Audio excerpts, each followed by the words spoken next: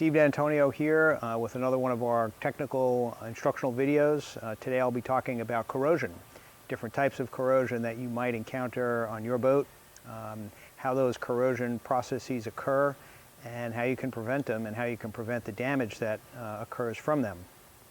Probably the most common type of corrosion that you'll encounter on your boat is called galvanic corrosion. Some people call that dissimilar metal corrosion. Essentially, it occurs when you place two different metals in contact with each other, and they can be connected by a wire, but in contact with each other electrically, and then expose them both to the same electrolyte, and in this case that's a body of water. It could be the water that the vessel's floating in, or it could be seawater that's inside of a heat exchanger or engine. In either case, if you have those components, dissimilar metals and the electrolyte, again seawater in this case, you can get galvanic corrosion occurring. So it is essentially a cell that gets created like a battery, and there's a winner and a loser in that process. In galvanic corrosion there are noble metals and less noble metals.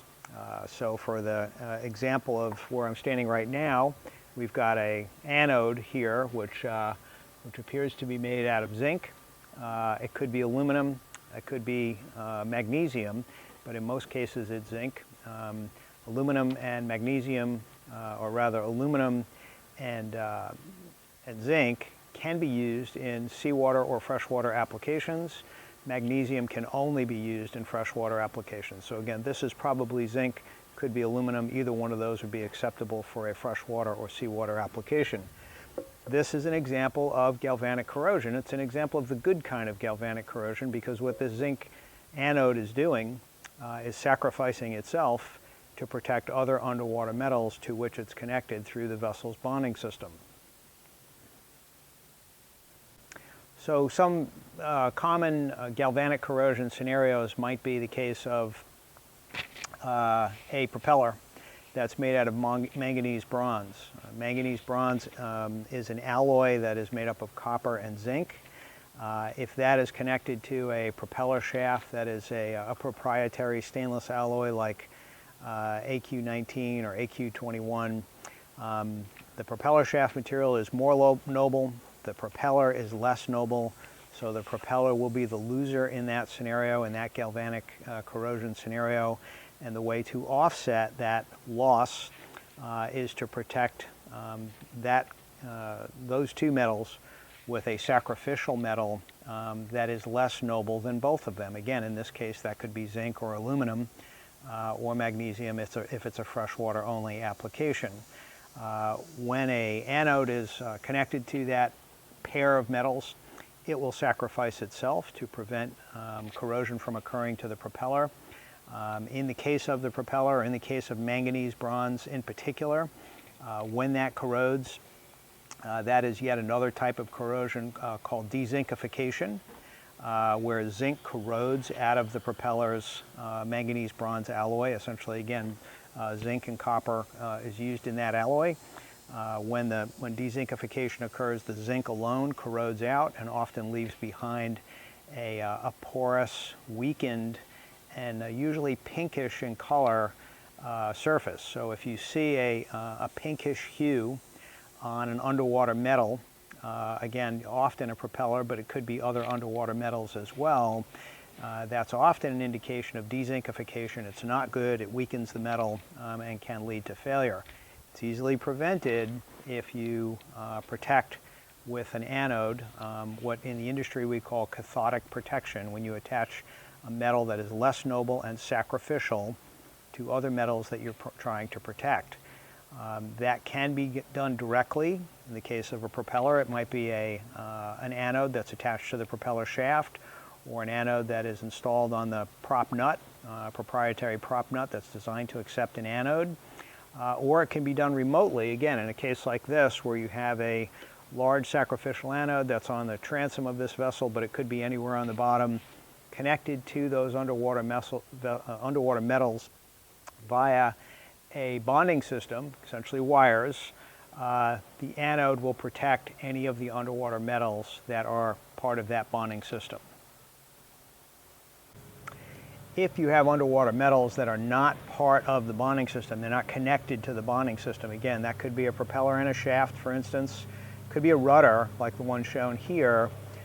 In those cases, you need to provide cathodic protection or dedicated cathodic protection to those items. So in this case, on this rudder, you can see there's an anode here that is protecting this rudder. If inside the vessel, the rudder is not connected to the bonding system, if it doesn't have a wire connecting it to the bonding system, then this anode is going to provide all of the protection for this rudder. If that anode decays and is gone, this rudder will have no protection. If it is connected to the bonding system, which you can do, you can have both an anode on the device specifically or on the object specifically, as well as connecting it to the bonding system. If this anode falls off, or if it gets corroded away completely, but it's connected to the bonding system, then other anodes in the system will continue to offer protection. If you're unable to make that connection for some reason, again, in the case of a propeller and shaft, that's more difficult to do. Those dedicated anodes become more critical because once they're gone, there is no protection for those items. And again, in the case of this rudder, if it's not otherwise connected to the bonding system and this anode becomes depleted or is lost, this rudder will have no protection. One of the key aspects of successful cathodic protection using anodes to protect underwater metals, bonded underwater metals or metals that anodes are directly connected to, is to make sure that the continuity between the anode and the metal that's being protected is good, essentially. And the threshold for that actually is very low. In the world of electric speak, we measure resistance between objects like this using ohms. And in the case of anodes like this and protected metals, the American Boat and Yacht Council standards dictate that there can be no more than 1 ohm of resistance between the anode and any metal that it is protecting. That's a very high standard, very low threshold, if you will, for resistance. And because bonding systems live essentially in the bilges of boats, they are prone to corrosion. So it's very easy to exceed that 1 ohm. One of the tests that you can perform while a boat is out of the water is testing the conductivity or the connectivity between protected metals and an anode. Fairly easy to do with a multimeter. So essentially what you're doing is connecting one lead of the multimeter to the anode or the stud to which the anode is connected, and then touching other metals with the other lead from the multimeter. Again, the resistance should be less than 1 ohm. So in the case of this rudder, if I touch this fastener that's holding this anode on, what it's telling me is that the resistance on this is less than 1 ohm. I'm getting a 0.8, 0.7 ohms of resistance, which is within the spec. So that means that this rudder has a bonding wire that travels from the rudder stock to the bonding system and to this anode, so that this rudder has essentially double protection. It's got its own anode, plus it's being protected by this anode as well. If I walk over to this line cutter here, or what's part of it anyway, what's called the stator, so the portion of the line cutter that doesn't move, this propeller has been removed, and the part of the line cutter that moves, the rotor, has also been removed, so only the stator is left. If we wanted to have cathodic protection for this, it's made out of stainless steel, it should be protected, it should be part of the bonding system. So if I touch it, I get essentially what's called an open circuit, which means there's no connection between this and the sacrificial anode, which means it would have no protection once it's back in the water. The way to resolve that would be to either connect this electrically with a wire, which would be rather difficult to do if the boat wasn't built to accommodate that, or to add an anode to this to provide protection for it. And on the subject of continuity, it's important to make sure that the anode, again, zinc, aluminum, magnesium, whatever it's made out of, and I'm going to call it an anode from now on, that the anode is making good contact with whatever surface it is attached to. So in this case, it's attached to these studs that pass through the transom of this vessel and then get connected to the bonding system. So it's a good idea when you install anodes to confirm with a multimeter that the contact, the continuity between the anode and the surface, again, stud or whatever it's attached to, is good. So that surface needs to be clean before the anode is connected to it. You can use a Scotch-Brite pad. Don't use a wire brush because the wire brush can embed metal into that surface, which can complicate the corrosion protection process. So always best to use something non-metallic like an abrasive pad or even sandpaper, but not a wire brush. Make sure those surfaces are clean. Install the anode, and then using your multimeter, first connect the two leads together. Make sure that it shows 0 or nearly 0, less than 1 ohm, certainly a fraction of an ohm. This one has an audible tone that you can hear right now that is telling me that I have low continuity between, or low resistance, high continuity between these two leads. Now I'm going to test the anode, so I'm putting one on the anode itself, like that, and another on the stud, and I'm getting 2, 3, 4/10 of an ohm, less than an ohm, so that's good. Again, we're always looking for less than 1 ohm, and the less the better. Anything over 1 ohm compromises the efficiency of this protection system, what's called cathodic protection. So the anode is protecting underwater metals. Those are called cathodes. So cathodic protection requires very low resistance, again, less than 1 ohm. In the case of this rudder, we could be measuring between the anode, again, and the rudder itself. Now, the surface of this rudder isn't very clean, so I'm going to scratch it a little bit with my lead, and I managed to get about 1/2 ohm, which again is good. It means that this anode is making good contact with the rudder and is able to provide the proper amount of protection. Now, if you walk around your boat, you've got more than one anode, for instance, and one anode is heavily depleted and the other isn't, that is often an indication that the one that's not depleted is not making good contact either with the surface that is protected or the bonding system. So it's essentially dormant. It's lasting a long time, but it's not doing anything. So in that case, that's not good, obviously. That anode's not going to be offering any protection. So be suspicious of that when you see anodes that are decaying or deteriorating at different rates.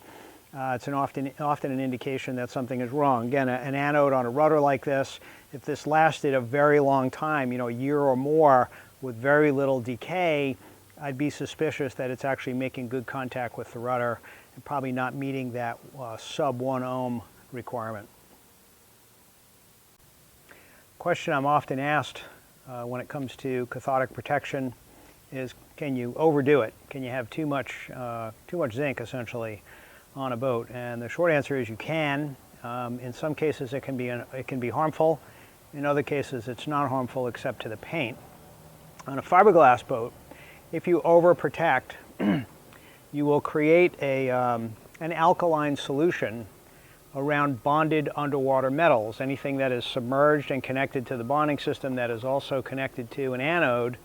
If you have too much anode, essentially, then you will create an area around that underwater metal that is producing an alkaline solution, and that alkaline solution can damage the paint in a process called cathodic disbondment. It causes the paint to lift. You can see a little bit of that paint lifting here on this one, on this example. So this swim platform bracket probably is bonded, and it's very close to this anode, and it's a large anode, so it's possible that it's being overprotected. Now, it's not harmful to the metal, and it's not harmful to the fiberglass. It is harmful to the paint.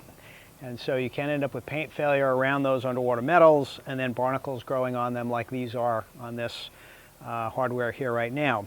The way that you can deal with that is you can reduce the amount of anode or zinc that you have, which many people don't want to do. They like the idea of having extra protection, and I don't disagree with that necessarily. Or the metals that are being affected, you can clean that area very thoroughly, remove all the anti-fouling paint, and coat that area with a 2-part epoxy that is designed for use below the waterline on metals, thereby encapsulating that metal and shutting off that overprotection result, that creation of that alkaline solution. So that's one way to deal with that. If it is a wooden vessel, then overprotection actually can be harmful to the wood. It leads to a process known as delignification, where the lignin, sort of the pulpy material that is between the rings on the wood, is damaged by that alkaline solution and removed, and it weakens the wood, and it will weaken it around bonded underwater metals if the vessel is bonded. That can be dangerous, because if it weakens it enough, you can have a failure of the timber itself, and then a leak scenario or flooding. For this reason, many wooden vessels are not bonded, because they consider that the lesser of two evils, to not bond them and not have to worry about the delignification issue. If it's an aluminum vessel and you overprotect it, that alkaline solution can damage the aluminum. Aluminum is an amphoteric metal, meaning it can be damaged by high alkaline or high acid.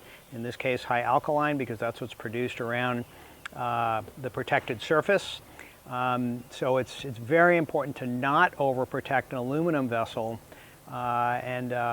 because the result can be actual damage to the aluminum, a decaying or deterioration of the aluminum in areas where the aluminum is exposed and being highly protected by an anode that's too big, or too many anodes, again, on an aluminum vessel. Again, for fiberglass, not harmful per se, other than to the paint, and relatively easy to deal with a two-part epoxy coating. The other type of corrosion that you are likely to encounter is something called stray current corrosion. Stray current corrosion is different than galvanic corrosion in that it originates with the vessel's DC system, with the battery essentially. As a result, it has a lot more energy behind it than galvanic corrosion does, and for that reason, it is far more damaging and occurs far more rapidly. With galvanic corrosion, you can suffer damage over the course of many months, if not years. With stray current corrosion, you can suffer significant damage in the course of weeks, and in sometimes days or even hours if there's enough power behind it.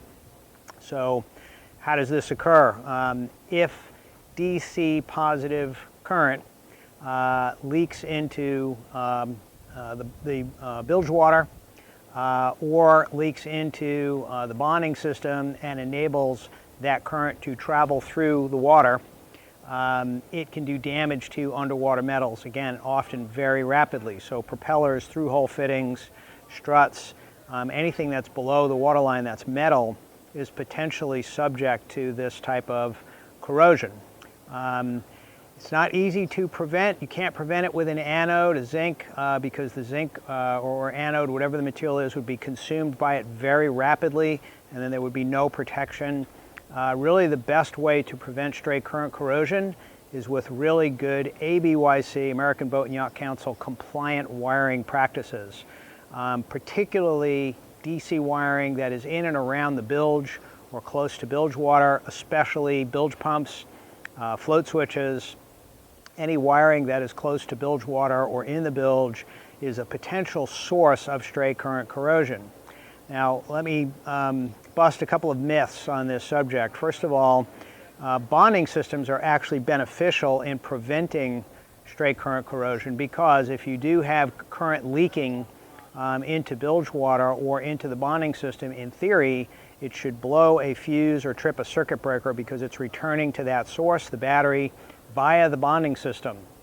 If you don't have a bonding system, then it's possible that the corrosion can occur and there would be no opportunity for it to trip a circuit breaker or blow a fuse, thereby stemming the flow of current. So bonding systems are beneficial for many reasons, but one of those reasons is they are likely or have the potential to minimize or prevent altogether stray current corrosion. They also, as I mentioned earlier, work with your anodes to protect underwater metals. So two reasons that bonding systems make a lot of sense from a corrosion protection perspective alone.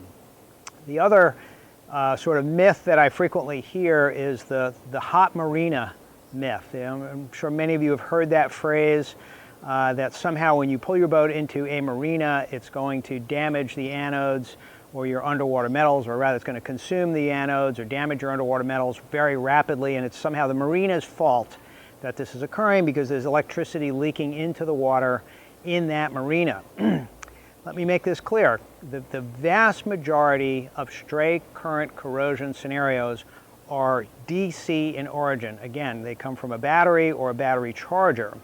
So how would that be happening in a marina? Marinas don't have their own batteries and battery chargers. They have shore power, but shore power is almost never the source of stray current corrosion. Corrosion is, again, almost always a DC phenomenon. There are exceptions to that rule. If you have very high AC current and an aluminum vessel, you can potentially suffer from stray current corrosion issues, but in 99% of the cases that I encounter, the stray current is originating from a battery or battery charger or both, from your own vessel, almost never from another vessel. It can happen, but it's rare. In most cases, it is a wiring fault on your own vessel that is causing current to leak into bilge water or underwater metals and cause stray current corrosion damage to those metals. So to blame it on the marina is really not fair. Now, having said that, if your vessel is not equipped with a galvanic isolator or an isolation transformer, which I'll talk about in another video presentation, both of those devices are designed to prevent damage from occurring to your boat from other vessels that are nearby to you or around you. If you do not have one of those devices, it is possible that you could be moored next to another vessel and that vessel is causing corrosion on your boat. How does that happen? Well, you both plug into shore power. The shore power itself has nothing to do with it, but the green grounding wire that is in this shore power cable that is connected to your vessel's DC negative system and your AC safety ground and your bonding system is now connected to those same components on the boat that is adjacent to you.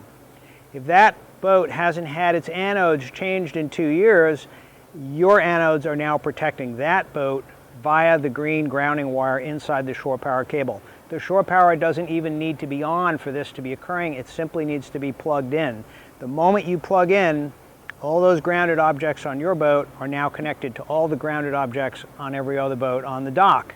And again, if the one right next to you hasn't changed the anodes in some time, your anodes will be protecting that boat. Now, if that vessel has a stray current corrosion scenario occurring, it's possible that you could be damaged from that as well. But again, that's not the marina per se, that's another boat that is causing that issue. How do you prevent this? Again, a galvanic isolator will block galvanic current, which is, or voltage rather, which is low, usually less than a volt. It's usually fractions of a volt. Galvanic isolator will prevent your anodes from protecting the boat that's next door to you. What it won't do is prevent stray current corrosion that originates on another boat that is next door to you, because a galvanic isolator can only protect up to a certain voltage, comparatively low, beyond which it stops protecting, essentially. If you want that level of absolute protection from stray current corrosion, then you need to use what's called an isolation transformer, which completely disconnects your vessel's grounding system from the dock and other boats' grounding systems, and it does it in a manner that's safe. Otherwise, if you do not have an isolation transformer, your vessel's ground needs to be protected to the dock ground in order to have a safe return path for faults on your boat. So that is critical, that green grounding wire must be intact. There's a sort of a myth that went around for a long time that cutting that wire would protect your boat from stray current corrosion or galvanic corrosion from other boats. And while it could, it also presented a very severe electrocution hazard. So that should never be done. Let me reiterate that. The green grounding wire that leaves your boat and plugs into the shore power pedestal must be fully intact and have very low resistance, because that is the return path for fault current that then trips a circuit breaker if there's a problem.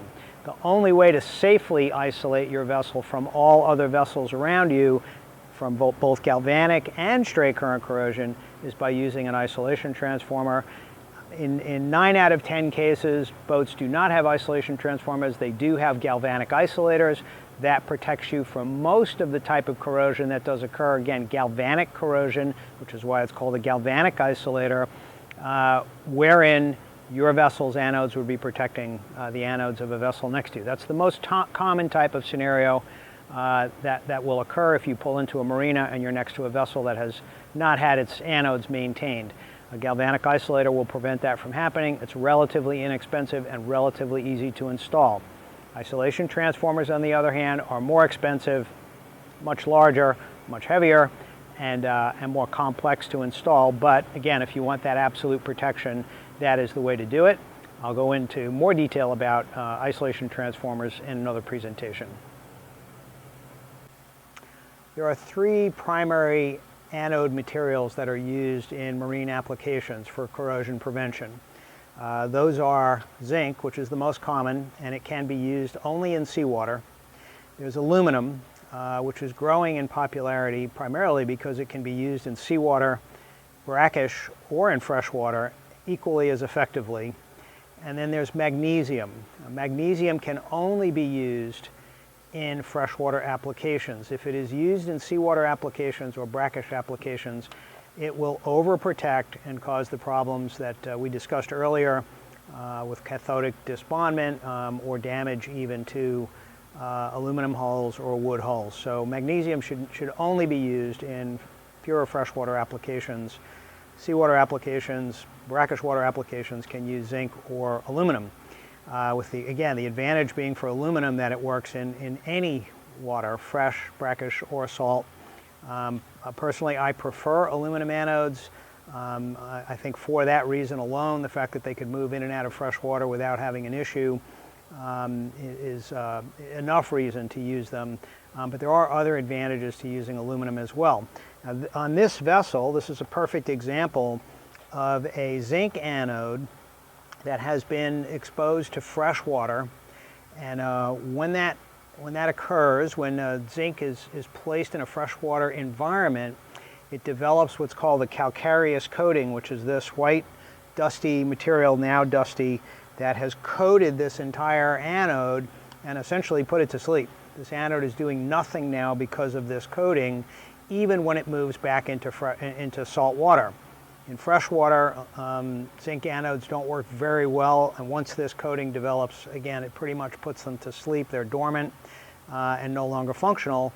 And again, even when you move into seawater, they're still not working. Now, the good news is this can be cleaned off. If the anode is generally intact and not consumed like this one is, you can scrub this off with a non-metallic brush, so a bristle brush or a Scotch-Brite pad. Just wash off all of this white stuff, and it will bring this anode back to life, essentially. So well worth keeping in mind. And again, another reason that I think everybody should use an aluminum anode rather than zinc, because it is not subject to this issue.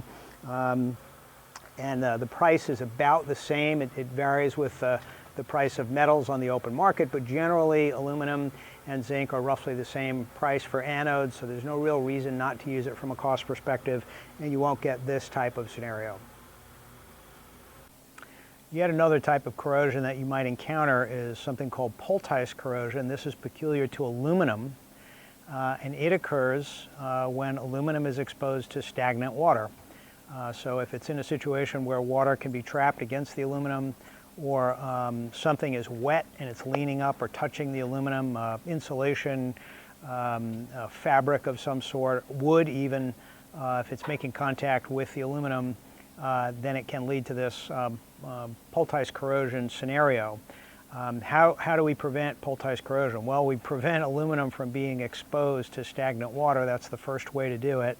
One of the other processes by which poultice corrosion might occur is if aluminum is painted, and it often is, and the paint is breached, and then water travels beneath that paint, the water's trapped there, the oxygen becomes depleted pretty quickly, and we start to get this poultice corrosion scenario occurring. It will often form a blister under the paint in that type of situation. If you break that blister, you'll find either a white powdery substance, or sometimes it'll be damp or gooey if it's still wet. You know, if it's been exposed to water recently, it'll be sort of like freezer burned vanilla ice cream. That's usually the scenario. It ruins the paint coating, of course, but also fosters or becomes a toehold for this type of corrosion, this poultice corrosion that is again peculiar to aluminum. My recommendation is, where possible, don't paint aluminum. Leave it bare. Aluminum does not need to be painted to be protected rather from the elements. It does need to be painted for anti-fouling purposes, so that's somewhat unavoidable. It gets painted in most cases for cosmetic reasons, but if you can live with the way bare aluminum looks, or if you anodize it, that's another option. That is the best approach for preventing poultice corrosion on aluminum, is to not coat it with anything. If you have to coat it, make sure that coating is contiguous. It fully encapsulates whatever it is that's being painted. And if you have to pierce that coating with fasteners, or if you're mounting any hardware on top of that painted aluminum surface, whatever is making contact with that paint should be fully bedded in a bedding compound, a polyurethane or polysulfide or silicone bedding compound for above the water silicone. If it's below the water, it should be polyurethane or polysulfide.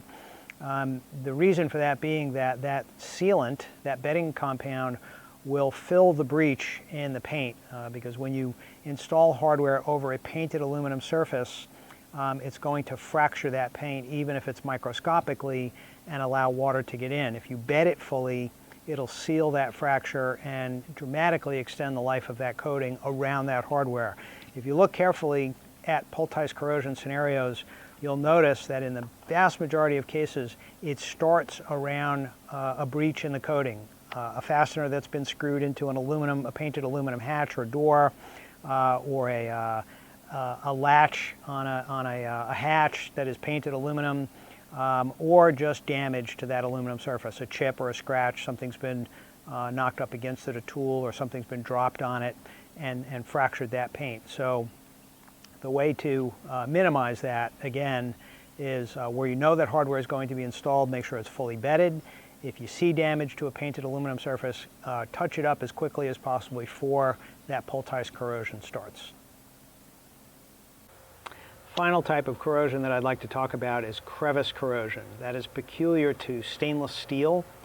It occurs when stainless steel is exposed to stagnant water. So when that happens, the water becomes oxygen depleted, and in order to remain corrosion resistant or stainless steel needs to have a continuous supply of oxygen, which constantly creates an oxide coating on the outside of the stainless steel, which is transparent but maintains its corrosion resistance. Once the air supply is shut off, it no longer has that corrosion resistance, and it becomes what we call active rather than passive. It starts to corrode or rust in sort of layman's terms. Looking at an example of that right here, you can see the discoloration that is on this fastener and around some of these other fasteners and around this backing plate. That is occurring because water is being trapped in this area and it's not circulating. It's becoming oxygen depleted. And when that happens, again, the stainless becomes active. Now, the most corrosion-prone environment on a boat probably is underneath the swim platform, where we are now, what's called the splash zone, where seawater is splashing onto an area and then evaporating, leaving behind high concentrations of salt. That is a highly corrosion-prone environment. So this is already a challenging area. And again, the brown staining that we're seeing is an indication that this stainless steel is going active. Something is going on here. My recommendation would be to take this apart, look at these fasteners, make sure they're not corroding where you can't see them. We know that there is some corrosion going on because of the brown staining, sometimes called tea staining, in this area. Now, one of the ways that this can be prevented is to eliminate the crevices, the gaps where water can be trapped. So this backing plate, for instance, there's a gap between it and the surface that it's resting against. If that gap is filled with a bedding material, then there's no gap there anymore, and seawater can't be trapped there, and you reduce, if not eliminate, this phenomenon where seawater is being trapped in there and becoming depleted of oxygen and causing the stainless steel to corrode. So prevention in this application is relatively straightforward, which is to do away with the gaps, the areas that can trap water. In other applications, it's not that simple. Conventional stainless steel fasteners like this are usually made of a stainless alloy that's called 304 or 188. Those are, for the most part, synonymous. They are not considered highly corrosion resistant. They are moderately corrosion resistant. They are suitable for on-deck, above the waterline applications. In an application like this, as I said, the most corrosion-prone environment on the boat, onto the swim platform, I would recommend using a more corrosion-resistant alloy. 316 would be a more appropriate alloy to use for these fasteners. I suspect this hardware already is 316 because it is holding up fairly well, but the backing plates and the fasteners probably aren't. The average stainless steel fastener that you buy in a chandlery is 304 or 188. If you want 316, you usually have to special order that. If stainless steel fasteners have to be used below the waterline, and that's not ideal, they absolutely must be 316 alloy to be used in that application. A more appropriate fastener to use in below the waterline applications that are exposed to seawater would be bronze, because it is not susceptible to this type of corrosion. But if stainless is used or must be used for some other reason in a very corrosion-prone environment, it should be 316. Hi, Steve D'Antonio here in another of our technical instructional videos. Here at Deltaville Boatyard, they've been nice enough to make their facilities available to us to produce these presentations.